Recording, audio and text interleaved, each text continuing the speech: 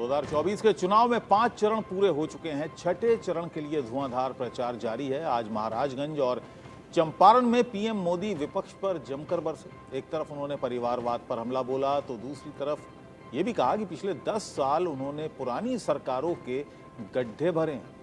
साथ ही उन्होंने कहा कि देश को विकास की धुरी पर लाने में बहुत मेहनत लगी है। लोगों को इस चुनावी सभा में भरोसा देते हुए पीएम ने कहा, जो काम पिछले 10 साल में हुआ है उससे ज्यादा काम अगले 5 साल में होगा। अपने संबोधन में पीएम ने विपक्ष को आड़े हाथों लिया। हमला बोलते हुए कहा कि 4 जून भ्रष्टाचार, तुष्टीकरण की राजनीति करने वाले और टुकड़े टुकड़े गैंग के लोगों पर प्रहार होगा। वहीं पीएम मोदी ने महाराजगंज में कहा कि मोदी का कोई वारिस नहीं है, देश ही उनका परिवार है।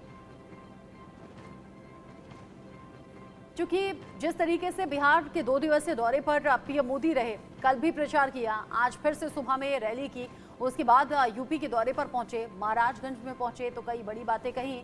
विपक्ष को आड़े हाथों ले रहे हैं पीएम मोदी। और जो अब तक के 5 चरण में वोटिंग हुई है उनमें दावा ये बीजेपी का है, पीएम मोदी का है कि ये सब कुछ इंडिया अलायंस के खिलाफ गया है।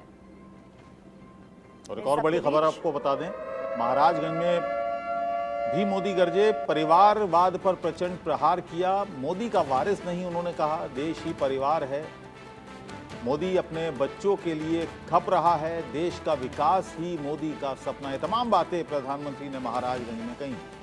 महाराजगंज में बोलते हुए परिवारवाद पर जमकर गरजे पीएम मोदी का, कहा मोदी का कोई वारिस नहीं है, देश ही, पूरा देश उनका परिवार है। साथ ही कहा मोदी जो है वो आपके बच्चों के लिए खप रहा है, देश का विकास ही मोदी का सपना है और इस सपने पर लगातार हम काम कर रहे हैं। पिछले 10 साल में जो काम किया है उससे कहीं ज्यादा काम अगले 5 साल में करना है। इन सब के साथ ही एक और बड़ी खबर आप जानिए, पीएम मोदी ने भ्रष्टाचार और परिवारवाद को लेकर हमला बोला। 21वीं सदी का भारत इंडिया अलायंस के पापों के साथ नहीं बढ़ेगा, ये सीधे तौर पर ऐलान भी कर दिया। और तुष्टीकरण की राजनीति पर पीएम का प्रहार हुआ। 4 जून को कांग्रेस और आरजेडी की हार तय है, ये भी प्रधानमंत्री ने कहा। पिछले 10 साल पुराने सरकारों के गड्ढे भरने में लग गए, यानी पिछले जो 10 साल थे वो प्रधानमंत्री ने जो पुरानी सरकारें थी उनके गड्ढे भरे, यानी समतल किया है अभी जमीन को, और अब आगे वो 5 साल काम करेंगे, ये भरोसा उन्होंने बिहार की जनता को दिया। 21वीं सदी का जो भारत है वो इंडिया अलायंस के पापों के साथ आगे नहीं बढ़ने वाला है, दावा किया पीएम मोदी ने। इंडिया अलायंस को लेकर कहा कि 4 जून को इंडिया अलायंस का सफाया पूरी तरह से हो जाएगा। सुनिए। साथियों, 21वीं सदी का भारत इंडी गठबंधन के पापों के साथ आगे नहीं बढ़ सकता।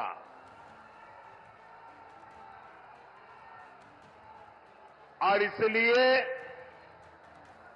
हर चुनाव में कांग्रेस, आरजेडी जैसे दलों पर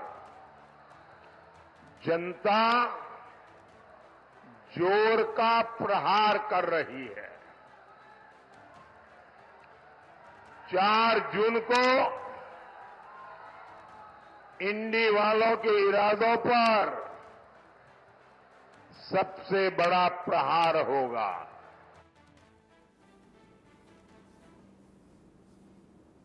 और चंपारण में पीएम मोदी ने भ्रष्टाचार पर हमला बोलते हुए क्या कहा, ये भी आपको सुनाते हैं। भ्रष्टाचार पर ये प्रहार होगा, तुष्टीकरण की राजनीति पर ये प्रहार होगा, टुकड़े टुकड़े गैंग पर ये प्रहार होगा, समाज को लड़ाने वाली गंदी सोच पर ये प्रहार होगा, सनातन को गाली देने वाली विकृत मानसिकता पर। सत्ता में आने के पहले दिन ही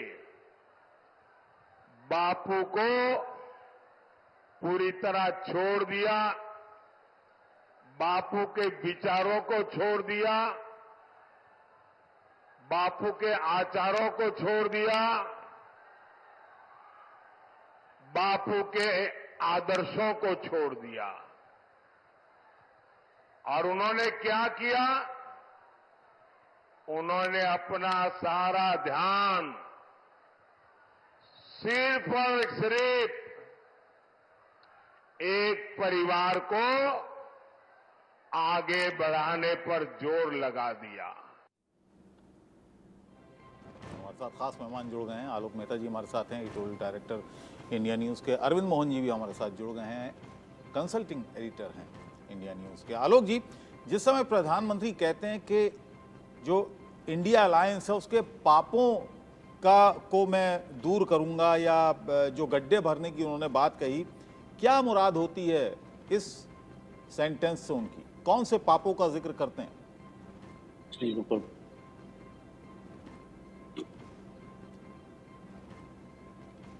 क्या एक फिर से आप रिपीट करेंगे सवाल? जी, मैं जब वो पापों का जिक्र करते हैं, कांग्रेस के पाप गिनाते हैं, आरजेडी के पाप गिनाते हैं, तो वो किन बातों का जिक्र कर रहे होते हैं उस वक्त? जरा पाप जो लफ्ज है उस पर जरा मैं चाहूंगा कि आप रोशनी डालें। क्या काम है वो, क्या पाप?